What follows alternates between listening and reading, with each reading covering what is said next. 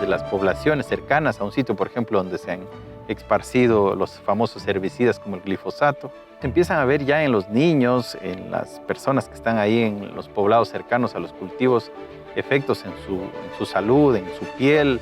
Tú te pones a pensar, al final, lo que estamos llevando a nuestra mesa o a nuestro organismo es una contaminación que puede ser aguda o puede ser crónica, dependiendo de cómo estemos asimilando estos productos en nuestro organismo. ¿Cuán agresivo es el compuesto que estamos analizando con el material genético de las células, ¿no? El material genético, el ADN que tienen todas las células y que es la molécula que da las instrucciones y que le dice a la célula cómo funcionar, ¿no? Entonces, estas pruebas que mencioné, el ensayo Cometa, el ensayo de micronúcleos, también se evaluaron y observamos, por ejemplo, en el ensayo Cometa, que es uno de estos test de genotoxicidad, un incremento en el largo de cola del cometa, ¿ya? Que indica un daño al material genético.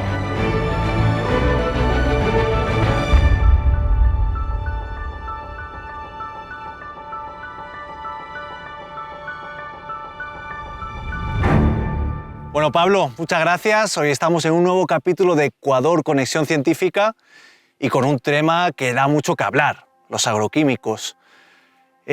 Cuando hablamos de agroquímicos, ¿de qué estamos hablando realmente? Sí, Javi, los agroquímicos son productos que se utilizan en la agricultura con varios propósitos, principalmente eliminar lo que se considera como una plaga o como una maleza. Son productos químicos que se utilizan por lo general para evitar que esas plagas, esas enfermedades perjudiquen a una producción. ¿Crees que somos conscientes cuando consumimos, por ejemplo, un trozo de carne, que también puede estar relacionado también con agroquímicos por una contaminación indirecta del pienso de animal, por ejemplo, una fruta, una verdura? ¿Crees que somos conscientes de todos los productos que vienen con esos alimentos? Sí, sabes, bueno, la base de la cadena alimenticia es la agricultura, ¿no? A través de la agricultura nosotros podemos, la alimentación mundial depende de la agricultura para poder generar lo que todos los días hacemos, en el mejor de los casos 3 veces al día, ¿no? Entonces, la verdad que a ratos no nos damos cuenta de esa conciencia que tú dices, ¿no? Hay productos que son químicamente persistentes y otros que no lo son, que son con una degradación mucho más frágil, digamos, y que permiten que en el ecosistema se disuelvan o se transformen en otros productos más básicos. Pero bueno, los persistentes como que son los que más nos podría llegar a esta cadena que tú estás mencionando, ¿no es cierto? A la alimentación animal o directamente a nosotros, ¿no? Una fruta, un producto que lo consumimos directamente. Cuando hablamos de agroquímicos siempre encontramos posiciones encontradas. Están aquellos que los defienden porque defienden que mejora los índices de productividad, que ha salvado a la humanidad de diferentes hambrunas, ¿verdad? Y que también puede controlar también diferentes plagas que pueden afectar al rendimiento del cultivo. Y por otro lado, tenemos la posición encontrada con los que hablan y que científicamente también se ha comprobado que hay afectaciones a la salud y al medio ambiente. ¿Cómo lograr este equilibrio entre productividad, sostenibilidad y salud? Sí, bueno, es una pregunta compleja de abordarla más por lo que justamente tú dices, ¿no? Siempre puede haber intereses de por medio, pienso yo, ¿no? Entonces, el que tiene un producto para la venta, lo que va a decirte es que el producto es magnífico siempre y que no tiene ningún efecto adverso a la salud, por ejemplo, ¿no?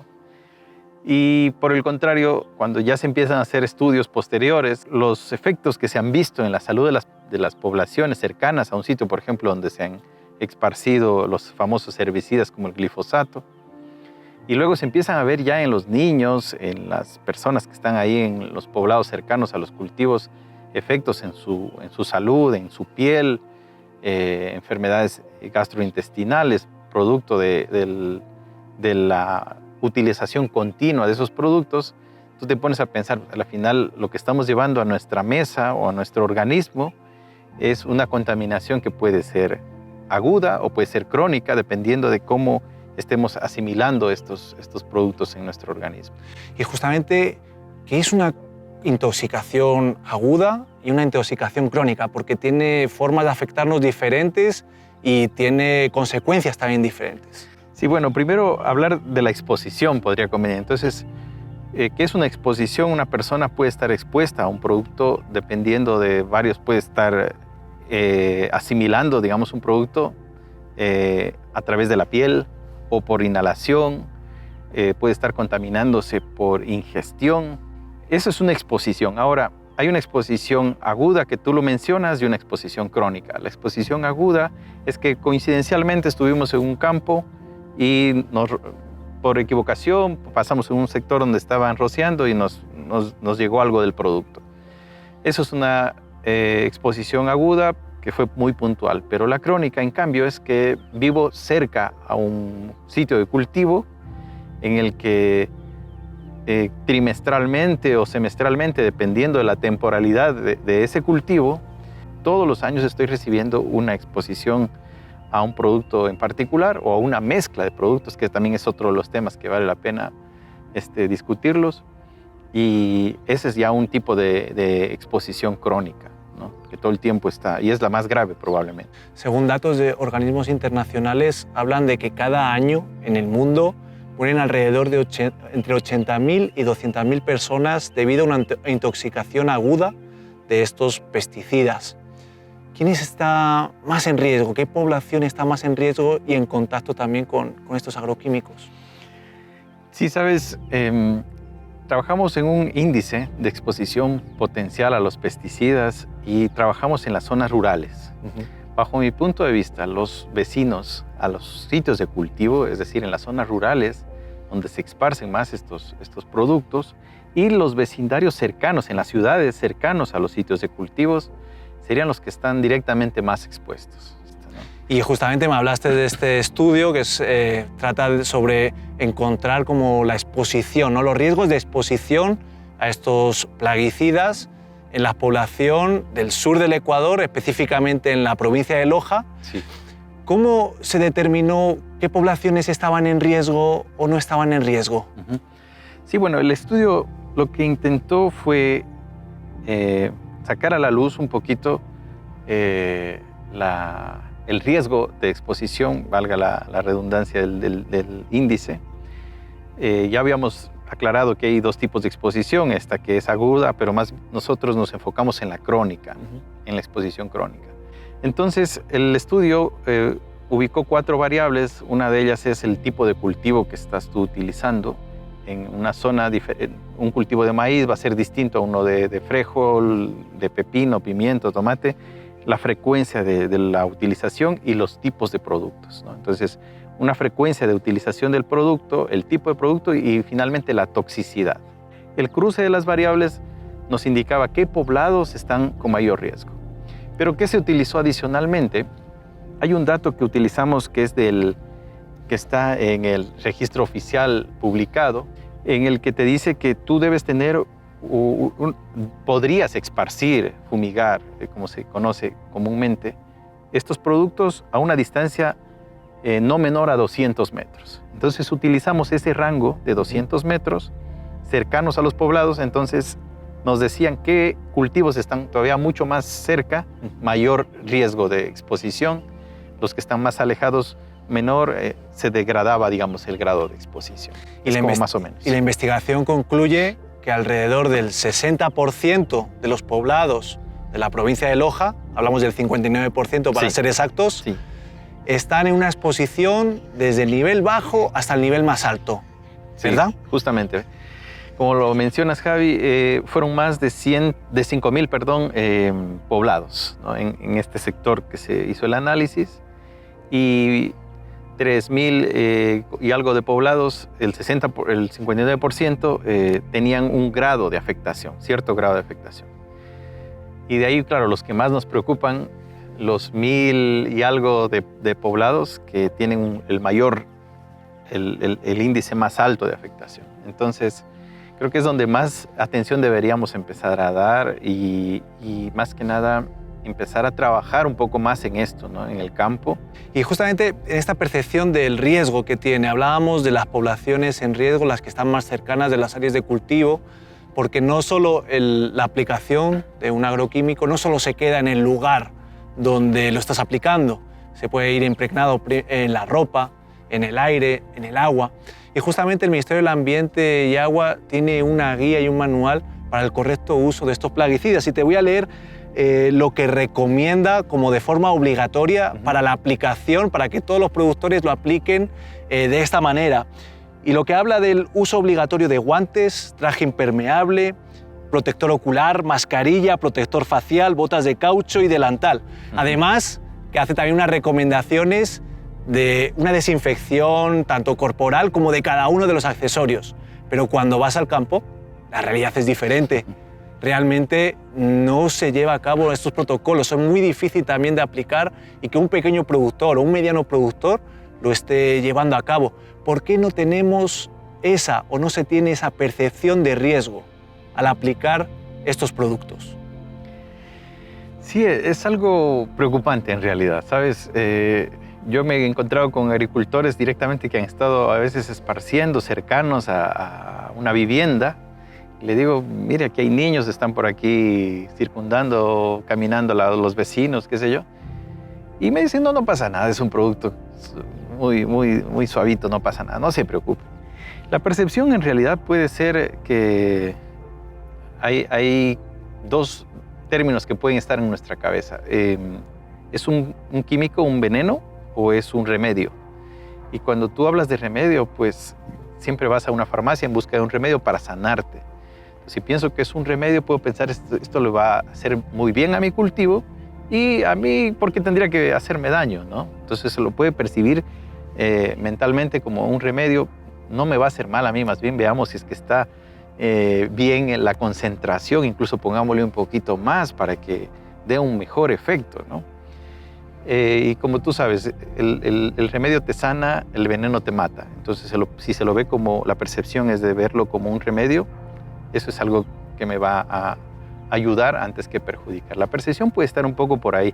Y el riesgo de lo que tú mencionas, que el mismo Ministerio del Ambiente, Agrocalidad, supongo también lo recomienda, el uso del equipo adecuado para poder dispersar estos productos no es el que siempre se esperaría ver en el campo, ¿no? En el campo a veces están con pantalones cortos, manga corta, aplicando. A veces si se ponen algo como en la misma camiseta, a veces cubriendo su nariz y boca, ese es el mejor de los casos que se observa. Y la percepción es esa, ¿no? O sea, no se tiene un cuidado porque se piensa que no le va a pasar a uno nada, ni a la familia, porque luego de ir de hacer este trabajo, acercarte a tu casa, dejar la misma ropa, a lo mejor que se esté uniendo con la ropa de lavado de los niños o de la familia, es una contaminación pues ahí crónica y directa, ¿no? Que perjudica a toda la familia, etc. Ya, Pablo, ya te voy a dejar que sigas tu investigación aquí en campo, que me está esperando Paulina en el laboratorio. Así que hemos hablado del planteamiento del problema, hemos hablado de los riesgos. ¿Cuáles son las recomendaciones? Productores, consumidores. Sí, bueno, sabes, es complicado poder dar una recomendación y también hay muchos frentes por los cuales abordar este tema. La principal recomendación es poner interés al tema, ¿sí? De todos los campos. Dentro del productor tiene su responsabilidad, el consumidor también tiene su responsabilidad. El Estado también. El Estado, la academia. Para el productor, por ejemplo, una recomendación, intentar ir migrando hacia productos que sean más amigables con el ambiente, un bioplaguicida, por ejemplo, ver la efectividad, hacer una comparación, decir, bueno, si bien es cierto, no me da esta efectividad tan completa como la de acá, pero mi salud, que es la que está en riesgo, es la que ahora la veo mejorada, porque no estoy utilizando productos químicos que puedan alterar mi salud ni la de mi familia, por ejemplo, en el productor. En el consumidor también es parte del interés, el buscar, el ver una red, por ejemplo, una red agroecológica, el también reconocer el valor de un producto agroecológico, porque siempre como consumidores tendemos a buscar lo más económico o lo que visualmente lo vemos tal vez más apetitoso, mucho mejor, pero probablemente no se sabe si es que el producto tenga una inocuidad buena para nuestra salud. Entonces, Y también la academia, el gobierno tiene también que seguir trabajando, que seguir aportando, seguir mejorando, seguir descubriendo qué productos que no son nocivos, por ejemplo, se pueden lanzar al mercado. Ver estrategias de disminución de plagas y enfermedades que también existen. Entonces, hay estrategias que son muy bien implementadas en otros sitios que se las puede traer acá, ¿no? Y finalmente pensar en que a lo que estamos dando de comer es a nuestro cuerpo primero, a nuestros hijos, a nuestra familia, hacerlo con cariño, ¿no? O sea, lo que yo voy a llevar a mi casa que sea lo mejor. Bueno, muchas gracias, Pablo. Nos has dado otra perspectiva sobre este tema que muchas veces es un debate abierto. Me voy en busca de Paulina para tratar este tema en laboratorio. Perfecto. Y cómo estas células reaccionan a estos productos. Muy bien, Javi. Muchas gracias. Gracias a ti. Muchas gracias. Gracias.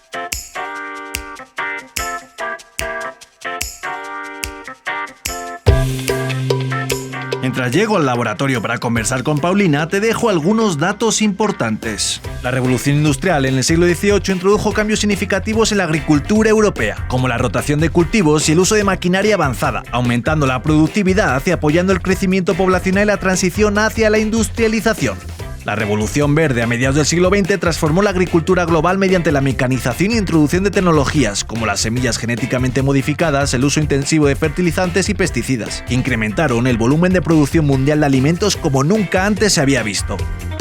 Hoy el panorama global de los pesticidas revela un constante aumento de su uso. Actualmente se utilizan cerca de 3 millones de toneladas al año, el doble de lo que se usaban en 1990. Esta expansión no solo refleja la magnitud de su uso, sino también su enorme influencia en el comercio global. Según la Organización de Naciones Unidas para la Alimentación y la Agricultura, Ecuador registra una de las tasas de uso de pesticidas más altas del mundo. Con 25,8 kilogramos por hectárea, esta situación ha provocado que las intoxicaciones relacionadas con pesticidas hayan aumentado, convirtiéndose en una de las principales causas de atención en los servicios de emergencia. Los pesticidas se clasifican según su toxicidad, un sistema codificado por colores: rojo para los extremadamente tóxicos, amarillo para los altamente tóxicos, azul para los moderadamente tóxicos y verde para los ligeramente tóxicos. Esta clasificación es crucial para entender los riesgos asociados con su manejo. Conozcamos más junto a Paulina sobre los efectos de los pesticidas en nuestras células. Bueno, muchas gracias, Paulina. Acabo de dejar ahora a Pablo en el campo que siga su investigación, pero estamos aquí en los laboratorios. Cuéntame un poquito sobre tu investigación, Paulina, aquí en los laboratorios relacionada con los agroquímicos. En realidad, en el laboratorio lo que hacemos es investigación in vitro. ¿Qué significa esto? Que probamos el efecto de los plaguicidas, en este caso, en células cultivadas en laboratorio, ¿sí? Tratamos de simular un poco qué le pasa a esta célula luego de someterla a estos agentes tóxicos, al introducir este agente tóxico en el medio de cultivo en el cual mantenemos a estas células, ¿no? Esa es la forma que tenemos ahora mismo en el laboratorio para poder evaluar los efectos biológicos y celulares que tienen estos compuestos. Y cuéntame un poquito cuáles han sido los resultados de esas investigaciones que llevan a cabo. Justamente hace poco se publicó algunos trabajos en diferentes medios. Algunos de los resultados lo que muestran es que las líneas celulares, una línea denominada CHO, procedente de ovario de hámster chino, la cual fue expuesta a estos agentes tóxicos, presentó varias alteraciones. Una de ellas es alteraciones en la viabilidad celular, es decir, cambios en el ciclo celular que podrían alterar su funcionamiento normal, etcétera, ¿no? Pero no es posible entender todo lo que pasa con una sola prueba. Por eso es que dentro de los trabajos de investigación se realizan otros ensayos, como por ejemplo el ensayo Cometa y el ensayo de micronúcleos. Estos ensayos se denominan ensayos de genotoxicidad. ¿Por qué? Porque lo que hacen es evaluar cuán agresivo es el compuesto que estamos analizando con el material genético de las células, ¿no? El material genético, el ADN, que tienen todas las células y que es la molécula que da las instrucciones y que le dice a la célula cómo funcionar, ¿no? Entonces, estas pruebas que mencioné, el ensayo cometa, el ensayo de micronúcleos, también se evaluaron y observamos, por ejemplo, en el ensayo cometa, que es uno de estos test de genotoxicidad, un incremento en el largo de cola del cometa, ¿ya? Que indica un daño al material genético. Para explicarlo a breves rasgos, lo que se hace es que las células se someten a una electroforesis, es decir, un campo eléctrico, y por lo tanto, por afinidad de cargas, pues migran, ¿no? En ese proceso de migración, si el ADN está mucho más conservado, mucho más intacto, migra más junto y mantiene su forma convencional. Pero si el ADN, nuestro material genético, está dañado, tiende a dejar una cola, un rastro, ¿no? Y por eso se denomina, ¿no?, ensayo cometa, porque es muy parecido a un cometa como los que vemos en el cielo, ¿no? Es esa la similitud. Y observamos eso, ¿no?, un incremento en el largo de cola de las células que fueron tratadas con diferentes tipos de plaguicidas. Se probaron herbicidas, se probaron insecticidas, también un fertilizante, porque si bien en principio los fertilizantes se los usa para restituir ciertos nutrientes al suelo, el abuso también de estos, porque contiene metales, puede generar daño celular. ¿Y qué implicaciones eso puede desencadenar, por ejemplo, en nuestro cuerpo? Una exposición prolongada a este tipo de productos. Ya, bueno, hay un sinnúmero de enfermedades, ¿no? Hay mucha investigación al respecto en el cual se asocia la exposición a plaguicidas con muchos tipos de cáncer, con problemas autoinmunes. Cuando la exposición es en mujeres embarazadas, por ejemplo, también hay afecto al niño, al bebé que está por nacer. Entonces la respuesta es variada y depende mucho del tipo de célula, ¿no?, cómo se afecta. Entonces, si bien los modelos biológicos que se usan en laboratorio son eso, modelos biológicos, tratan de explicar qué es lo que está pasando a nivel celular. Eso nos permite comprender cómo funciona la célula y entender qué alteraciones están relacionadas con el desarrollo de enfermedades. Además que en nuestro día a día estamos expuestos a multitud de productos químicos.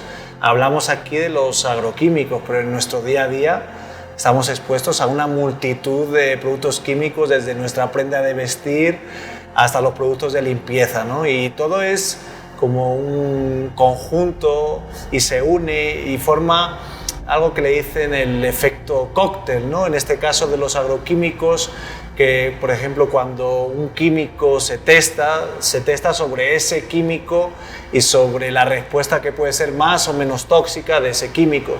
Pero cuando tenemos en nuestro cuerpo alrededor de 20, por ejemplo, químicos relacionados con productos agrícolas, ¿qué pasa ahí?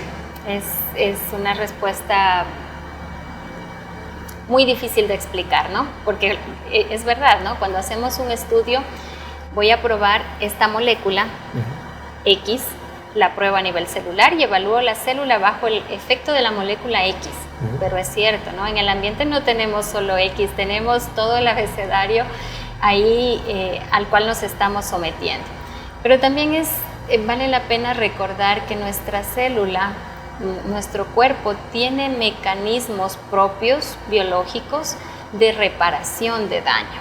Es una respuesta adaptativa, ¿no? Es una respuesta cuando el material genético se daña por efecto de la luz UV, de todas las agresiones, ¿no?, incluso del propio metabolismo celular. Cuando el material genético se daña, se activan moléculas que activan procesos de reparación celular. Existen varios mecanismos de reparación celular para reparar daños de doble cadena, de simple cadena, cuando hay un apareamiento erróneo en las bases nitrogenadas, etcétera, ¿no? Con la finalidad de mantener esa integridad celular. Entonces es importantísimo también estudiar de pronto alteraciones en los genes que codifican esas enzimas reparadoras, porque podrían explicarnos también por qué algunas personas son más susceptibles que otras, ¿no? Y también es interesante cómo afecta estos plaguicidas, en este caso, que es el tema de estudio, a esos mecanismos de reparación, que es impresionante todo el abanico de respuestas biológicas que se puede tener, ¿no? Por efecto de un solo agente o de una sola exposición. Debemos de, ya como reflexión final, de ver cómo en nuestra vida, cómo vivimos y también qué consumimos también, eso es muy importante, ¿no? Creo que debemos de coger esa rienda de nuestra vida y verlo ya de otra manera, analizarlo, tomar decisiones, ¿no? Creo que como consumidores tenemos una tarea muy importante porque de alguna manera nosotros estamos obligando al agricultor, al productor, a usar un exceso de productos químicos con la finalidad de obtener un producto en mercado bonito, atractivo, sin importar la concentración de tóxicos que esto pueda tener, ¿no? Entonces, si yo no exijo de alguna manera esto al productor y trato de consumir productos que aunque en apariencia no son tan llamativos, pero son mucho más saludables porque no contienen tanto agroquímico, ¿no? Entonces, también es nuestra responsabilidad, creo yo, en fortalecer o fomentar el uso de estas prácticas agrícolas, en tema de dejar de lado un poco los agroquímicos e irnos a productos más naturales. Justamente Pablo me decía buscar redes, por ejemplo, de producción ecológica, producción orgánica, sí, ¿verdad? Es también tarea nuestra, ¿no? Sí. Es también tarea de interesarnos por el tema, buscar, indagar, conocer qué se está haciendo, conocer quién tiene también estos productos, no esperar simplemente ir y consumirlos, sino también es una tarea que nos deja también a nosotros esa labor, ¿no? Sí, sí, sí. Te agradezco mucho, Paulina, la verdad es que es una conversación muy interesante que esperamos que le repercuta también en beneficio de los consumidores. Te agradezco un montón. Muy bien. Gracias. Okay. En las últimas décadas hemos sido testigos de una transformación sin precedentes en la agricultura. La Revolución Verde trajo consigo un aumento significativo de la productividad de cereales esenciales como el arroz, el trigo y el maíz. Sin embargo, este progreso no está exento de desafíos. El uso excesivo de agroquímicos plantea graves riesgos para nuestro medio ambiente y salud. La contaminación del agua y del suelo junto con la amenaza a la biodiversidad son preocupaciones que no podemos ignorar. Como Rachel Carson reveló en su libro La primavera silenciosa, el impacto ambiental de los pesticidas puede ser profundo y devastador. Fue una de las primeras en señalar cómo estos químicos, aunque creados para proteger cosechas, podrían tener consecuencias imprevistas y dañinas para la naturaleza y la salud humana. El camino hacia un futuro sostenible en la agricultura es complejo pero necesario. Al equilibrar la productividad y la sostenibilidad, podemos responder al desafío de la seguridad alimentaria respetando a nuestro planeta y a sus habitantes. Hoy nos hemos adentrado en agroquímicos en la encrucijada. Sigue acompañándonos en la búsqueda del conocimiento a través de Ecuador Conexión Científica.